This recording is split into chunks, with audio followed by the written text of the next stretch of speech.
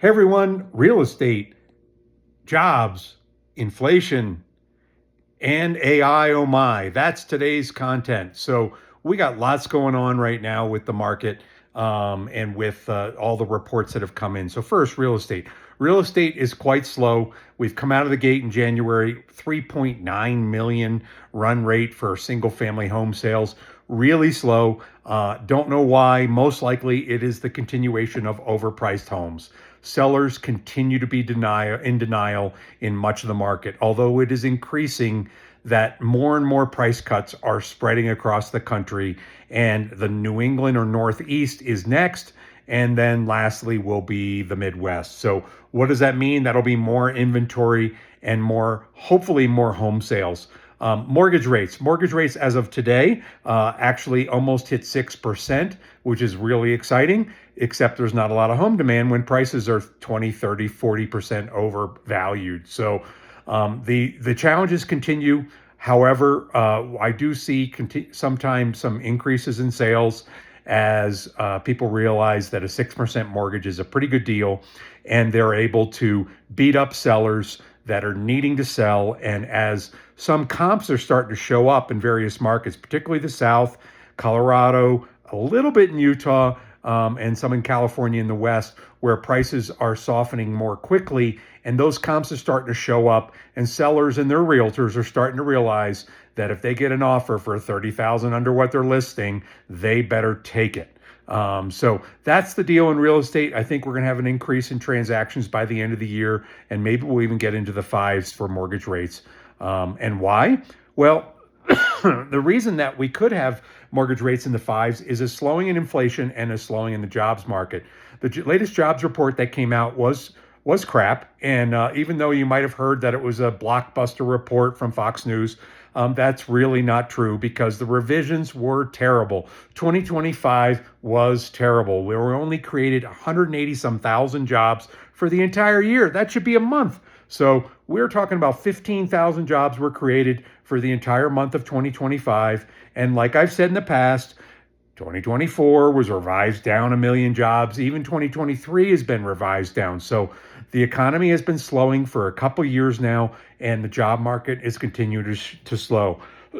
Excuse me. So what do we do about that? That means that Jerome Powell, Mr. Magoo Powell, should have been cutting rates a little more aggressively the last few months or years, and is behind the curve here. However, I think that's going to be okay as we get a new Federal Reserve chairman into the seat here this spring. So the jobs market, the January jobs report was strong when it came to it had a lot of government jobs. It actually had some government job losses too, because the people that were laid off in the beginning of the year continues to filter through the economy. But the private sector actually showed up pretty good. I don't believe it. I think it's seasonal revisions.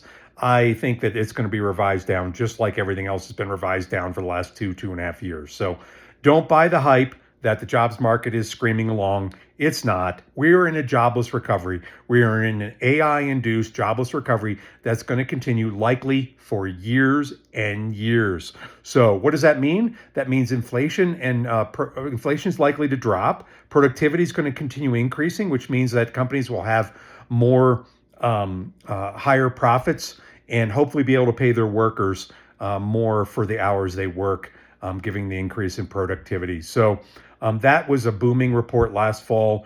And I think recent inflation reports have shown that inflation's dropping. The tariff tantrum that the press was having, especially liberal press, talking about, oh my God, the end of the world's coming because of these tariffs, and we're not going to be able to afford to buy sneakers ever again, and we're going to walk around shoeless for the rest of our lives, was a big lie. Just like many things out there, both sides are big liars. So it has increased some prices. Don't get me wrong, some prices have increased, but it's really not filtered through the CPI. What we're seeing is the drop in rent and the drop in home prices, it's starting to filter through, is going to start affecting and continuing affecting the CPI in a downward manner. So at least the first 2 quarters, I think we're going to have great CPI reports, and we're going to have increasing drops in the mortgage rate. So right now, like I said, we're at 6%, and the 10-year bond has been dropping, and a lot of fear in the market for how much the economy is slowing.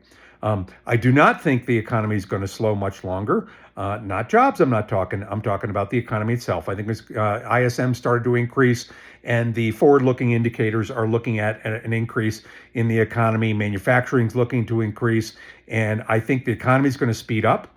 And ultimately, 2, 3, 4, 5, 6 quarters from now, we're going to have an inflation problem again, and we won't be able to keep cutting rates. But that's a ways down the road. Right now, the economy is going to speed up. Jobs are not going to get a whole lot better, but we may get some increased help from the Fed. And with the jobless recovery, it is looking that it's going to be kind of an equilibrium of same old, with hopefully some increases in incomes in the United States.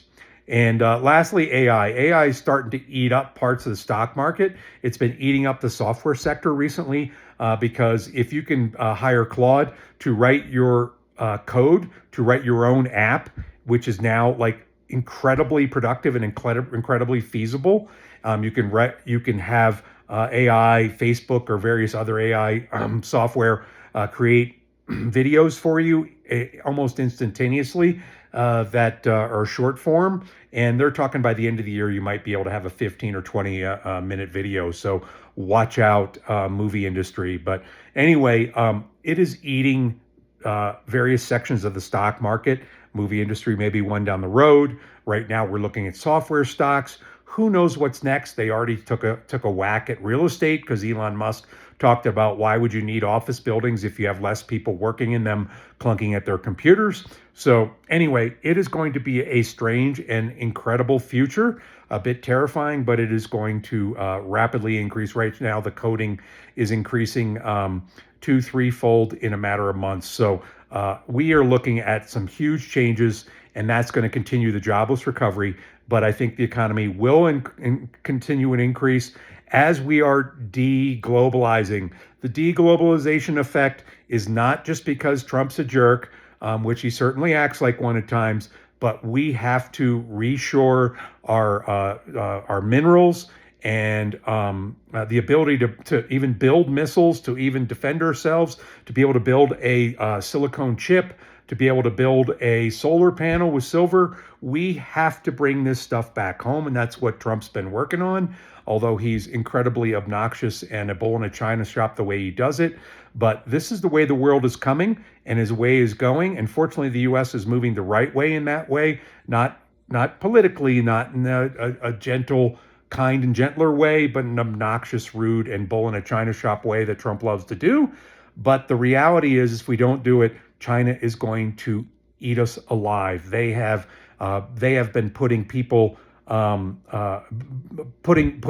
pharmaceuticals, and they have control of all of our minerals. So we've had to start pushing back, and we've come up with a deal, a détente of the sort for the next year, so that China doesn't withhold our minerals, so we can still have chips in our cars and be able to produce missiles that we have for now. But that's going to change. We're in a massive Cold War with China. Trump doesn't want to say it because he's being careful, but that is what's going on. If you're wondering what the hell with Greenland, what the hell's going on, we are in a massive Cold War with China and Russia for these hard commodities. And if you don't realize it, start listening to videos out there and expand your mind on what's really going on. So anyway, that's what's going on. It's going to be a really up and down year. Stock market, crypto has been getting slaughtered, and I've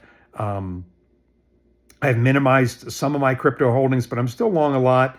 I will continue to add on downturns in gold, silver, copper, and other minerals, because those hard commodities are going to be in great shortage over the next 2 to 4 years because of the AI build out. And with all the stuff that we need to build out and the minerals we need to sustain our economy, those are going to be critical to own. So I continue to pound the table on gold.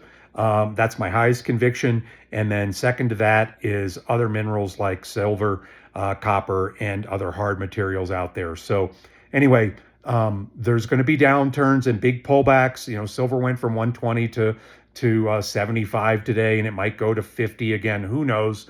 I actually bought some more today, so who knows? But the reality is that we need these things for solar to produce energy, because the whole world is dependent upon energy for AI. And if you don't think that energy and minerals are critical, then you're investing in the wrong areas. So that's it for me. I hope all is well with everybody. And thanks for listening. And make sure you please hit the like button and tell your friends and forward this video to any friends and subscribe. Thanks. Take care.